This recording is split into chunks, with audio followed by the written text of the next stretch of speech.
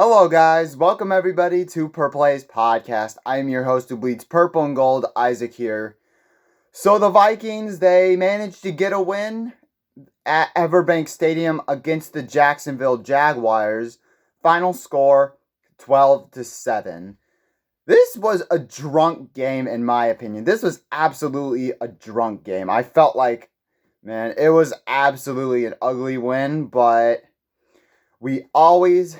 And the Vikings do improve to 7-2. So the Vikings, regardless of how they win it, I guess a win is a win, how I suppose. So now let's start off with some of the goods before we get to the stuff that was annoying in this game. So TJ Hawkinson, welcome back for TJ Hawkinson. A finally welcome back game for him. 8 catches for 72 yards. He was the leading receiver for this team. He was absolutely amazing. Mostly on his third down targets. He was clutch in those moments. So TJ Hawkinson, I'm so glad that we finally now have another element to our passing game, and that's TJ Hawkinson. Also, the other tight end, Josh Oliver, he played really, really well too as well. Probably quietly the best season that he's had. He has 4 catches for 52 yards, had an insane one-handed grab. Are you kidding me? Josh Oliver is definitely a great duo with TJ Hawkinson. Those two tight ends could be absolutely a big problem. Justin Jefferson had an okay game. He had 5 catches for 48 yards. He should have had more yards and should have had at least 2 touchdowns, but we'll get to why that is in just a second. Also, the Vikings' run game was sensational. 169 yards on the ground. So basically, they just jammed it down the Jaguars' throat and just did a very good job. Aaron Jones, he was battling an injury. I'm not sure if he's hurt or not, or if he's all right. But he came back. It's a good sign that he came back into the game. 17 carries for 88 yards, 5.2 yards a carry. He was amazing, Aaron Jones. I mean, Kevin O'Connell for some parts, I do kind of discredit him with some stuff that was not good, but I guess I could say for pep talking up Sam Darnold, and just getting him motivated, it's like, hey, you got to do this. You got this, Sam Darnold. And that's basically what good coaches do in the league, is that they pep talk no matter who it is, their quarterback at who it is. So, and KOC does, and he called overall a decent game, only for a couple of plays. He wasn't good, really. But we'll get to that in just a second. But going to the defense, one of the major MVPs of of yesterday's game, was the defense. The first 2 drives by the Jaguars, it looked like they were just moving the ball with ease on the Vikings. But then they got themselves together and put together their big boy pants and got stops. The defense, they only allowed 143 yards to the Jaguars, 3 sacks onto Mac Jones, and they forced 3 turnovers. I get, though, because I said you need to pressure Mac Jones all you can, and he crumbles, and that's exactly what they did. Blake Cashman, another welcome back game from him. He was definitely missed on this defense. 3 tackles, he got a sack. He was disruptive all over the place, making plays. So Blake Cashman, he was amazing. Ivan Pace Jr. also was disruptive. Both linebackers, starting linebackers, absolutely brought the heat nonstop. They played really, really well. He had 3. Ivan Pace Jr. and Blake Cashman, they're both identical. He also had 3 tackles and a sack. Andrew Van Ginkel, I felt like I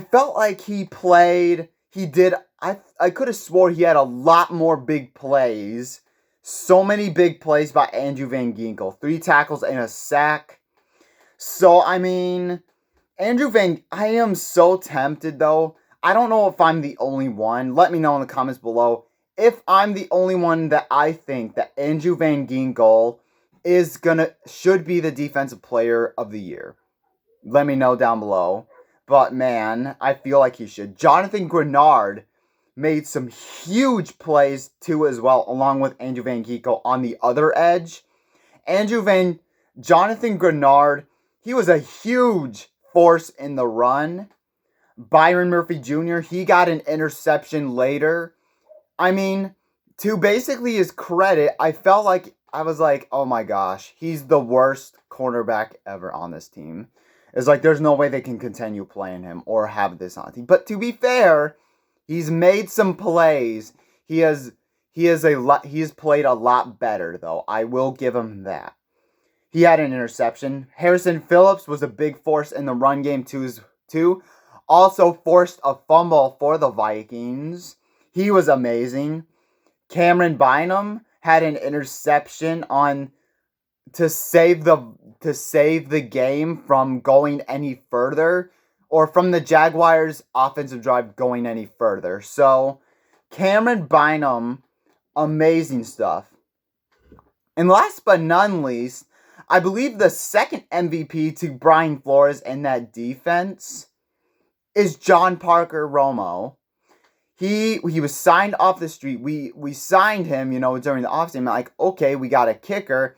And then we cut him when Will Reichard was here. He was the starting kicker. And John Parker Romo, he was perfect. 4 for 4 on field goals. He scored all 12 points for the Vikings. And now let's get to the bads as how it was a game. Because what was really frustrating is the Vikings had 259 more yards. They were 402 to the Jaguars 143. They had 113 more rushing yards. The Vikings were 28 first downs to the Jaguars 10. They had like 42 minutes to the Jaguars 17 minutes. They had, I believe, 39 more total plays than the Jags, and yet here's the reasons why. And the Vikings should have dominated them with those stats, but they were 0 of 5 in the red zone. That is the thing. Where they could have easily won 35-7. They could have easily done that if it weren't for some things. But also Cam Robinson, it sucks, man. He struggled against the Jaguars. Gave up a sack, and he gave up a bunch of pressures. I mean, Cam Robinson, he had a penalty too as well. I mean, it was not a good day for Cam Robinson, but I'm willing to give him a little leeway because he just got signed a few days ago. So I'm going to give him... So I'm not ready to, bash him, for a bad game. I mean, it was bound to happen. I'm not worried about Cam Robinson. Kevin O'Connell, I mean, there were some spots, there was a large majority of the game I thought he called a good game, but in the fourth quarter, I mean, there were a couple of play calls that bugged me, where you're down 7-6 against the Jaguars. You're moving the football, and at one point on first down, you do an end around to Jalen Naylor for a loss of 7. Like, there was no need to get cued at that moment. You settled for a field goal instead of a touchdown, where you would have been up by 7 instead of 2. And then another play where you were up 12-7, a chance to put away the game. You're in Jaguars territory, and you instead did a long developing play action pass for Sam Darnold, where he gets sacked and you get out of field goal range. And you gifted the Jaguars another chance to win. So, I mean, Kevin O'Connell didn't call the greatest game, but I also don't think he was the reason, though, that the game was close. But I will tell you the person who did make it close and was the main reason was Sam Darnold. He was 24 of 38, 241 yards, 3 interceptions. This dude, he is descending as the games go by, as talent-wise. The 5-0 start, he is going down. Like, 3 interceptions. The first, I get though, some of the interceptions were ticky-tacky by the refs, but I don't care about that. You should not make those decisions in the first place. One, where you were staring down Justin Jefferson the whole time. The defenders knew it. Everybody knew that you were going to throw to Justin Jefferson in the first place. You threw an interception. You threw that interception. You stalled out that drive. And another one where you threw it behind Justin Jefferson instead of over the top. That was one that I feel like didn't count. And then another interception where you had another one wide open. And quite frankly, let's be honest, he's lucky to get away. He's lucky to not have 5 interceptions against the Jags. He got away. He was lucky. And there were multiple times where there was another wide open receiver or wide open tight end and that you completely missed it. Like, let's be real. You could have had more picks and you held on to the ball too long and you just... I don't know what was going on with Sam Darnold, bro. Like, the 5-0 start, I mean, these last 4 games, he's looking like Sam Darnold of old. Like he was in Carolina and in New York. And if it's one game this game taught me, I am dead serious when I say this, Sam Darnold is not the starting quarterback for 2025. It is J.J. McCarthy's team next year. He's done a nice job, but look, I mean, if Sam Darnold can't, because Sam Darnold has a good supporting cast around him, if he cannot, with Justin Jefferson, with Jordan Addison, with T.J. Hawkinson, with plenty of weapons, with Kevin O'Connell, who is a good coach that gets you motivated. If you can't handle that, and if you can't be confident enough to get this, and with a top tier defense, if you can't get over that, then I think though there might be some serious issues with this team going forward. It's definitely concerning with Sam Darnold right now, but I mean, Sam Darnold needs to figure it out, bro. Like, I feel like he's the major factor of why this game and why the Vikings, I mean, no thanks to Sam Darnold, of why the Vikings narrowly escaped the Jaguars. So, all the drama you expect facing a 2-8 Jaguars team. So, yeah.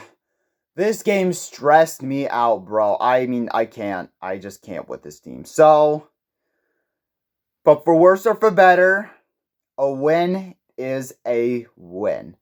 So thank you guys so much for watching. Make sure you guys hit that like button. Hit that subscribe button if you haven't already. Skol Vikings.